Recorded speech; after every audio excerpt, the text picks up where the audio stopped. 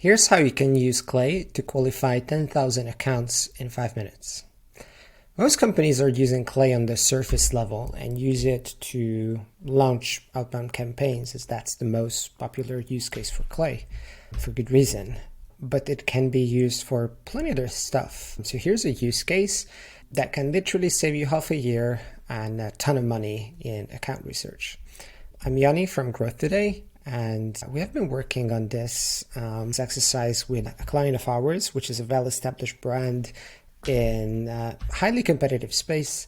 And they have dozens of SDRs to do the outreach, but they also have a huge TAM, huge market that was not prioritized or scored before. So they needed a way to qualify their entire TAM of 50,000 accounts.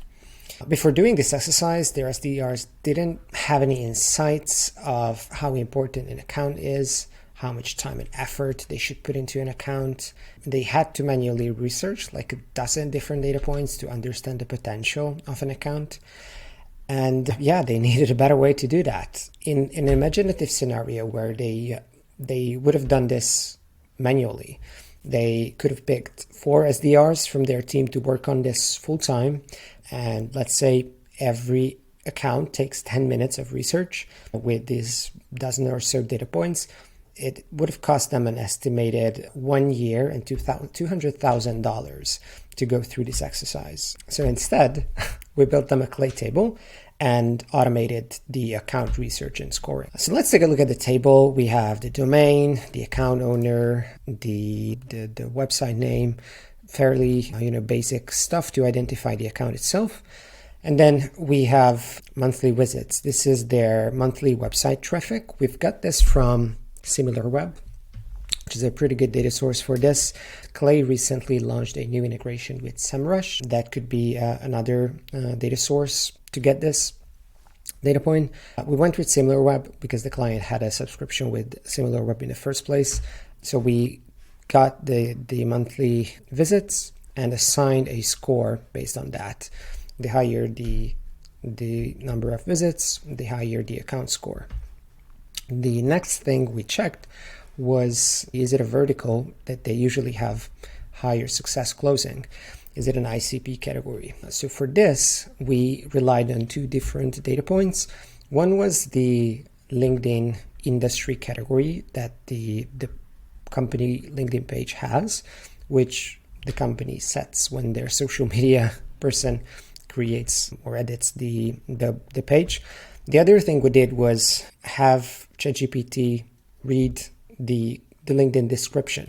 So based on those 2 inputs, we categorized this in a slightly different way. We didn't just want to rely on the LinkedIn category because they internally use a slightly different category framework. So we wanted to slightly alter the categories. So we used AI to read both the description, both the industry tag that the LinkedIn page has. And based on those 2, we categorized in a system that they use internally in their CRM. If it's an ICP fit category, we assign a higher score for that. Another data point that is coming from SimilarWeb was that the technologies that they have been using. The other data source that's highly popular is BuiltWith. Based on, we actually have 2 different scores for this. One is with the competitors that the prospect is using. If it's a competitor that they historically have a high success of replacing, they can pitch well against it, we assign a higher score. If it's not a competitor like that, someone that they have a hard time replacing, we assign a lower score on that. The other one is with the integrations. It's like, obviously this is not as crucial of a data point in the scoring system as the competitor itself. So we have lower scores, but if they haven't, if they're using a technology that the company has an integration with, we assign a score for that too.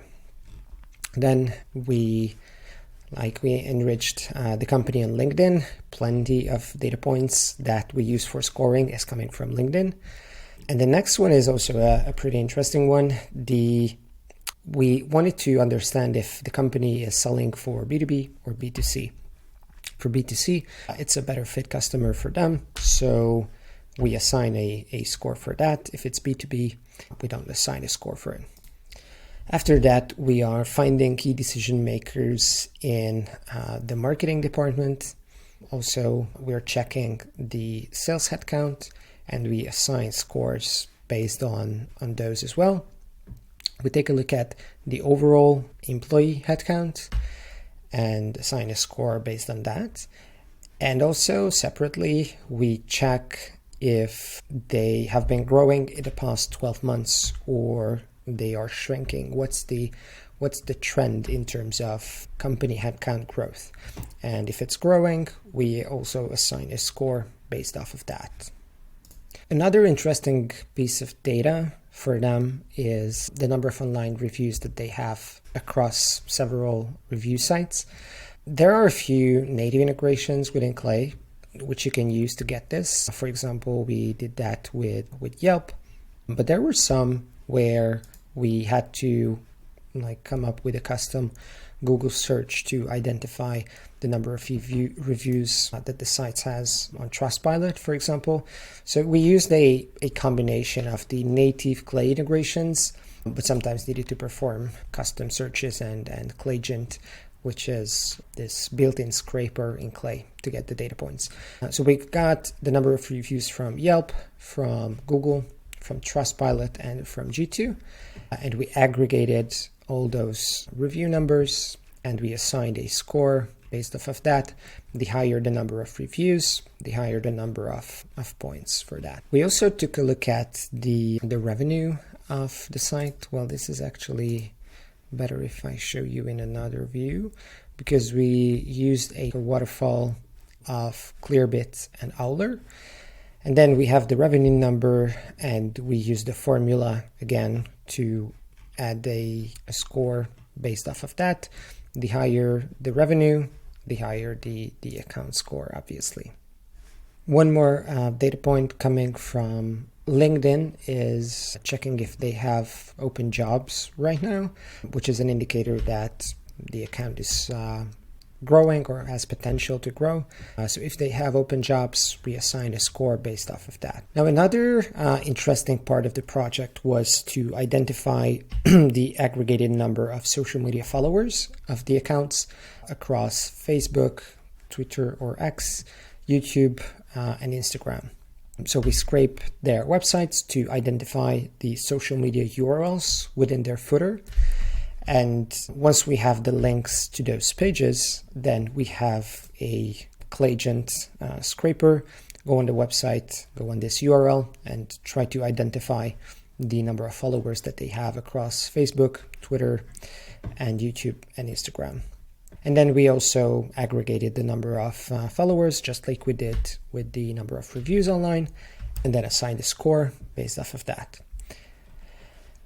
And some last bits and pieces, they wanted to see if they have public pricing available online, do they have a free trial, and do they have a newsletter sign up on their website. And based off of those, we also add 1 point each to the final score. So once we go through all of these data points, we scrape it, we sum up all the points, and then we have a pretty good estimation of the potential of the account. Now, the sales team was instructed that, anyone who is above 35 or 40, that has a lot of potential. So they should prioritize those accounts. One other thing that we did was create a custom HTTP request to sync back all of these data points to their Apollo account, where their SDRs spend most of their time.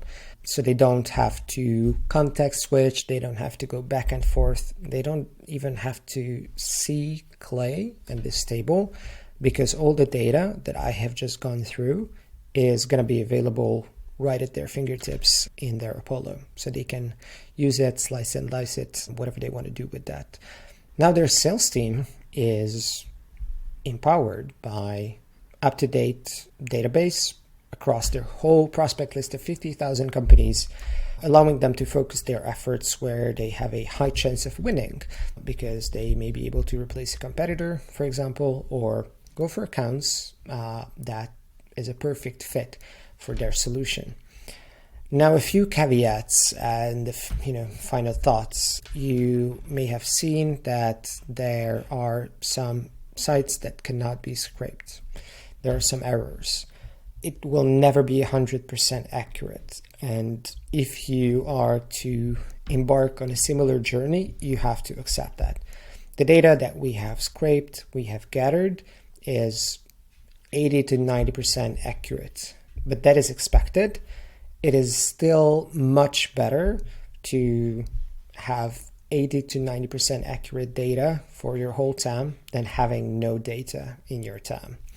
So yeah, again, instead of doing this whole thing manually, which would have taken a year and 4 people, we built this table in a few days, and it can run for your whole TAM in a few hours. So if you found this video useful, don't forget to hit the subscribe button, leave a comment below. Let us know if you have any questions about how we set these up. If you need some guidance, don't hesitate to reach out. We're here to help you and guide you through this process. And see you around in the next video.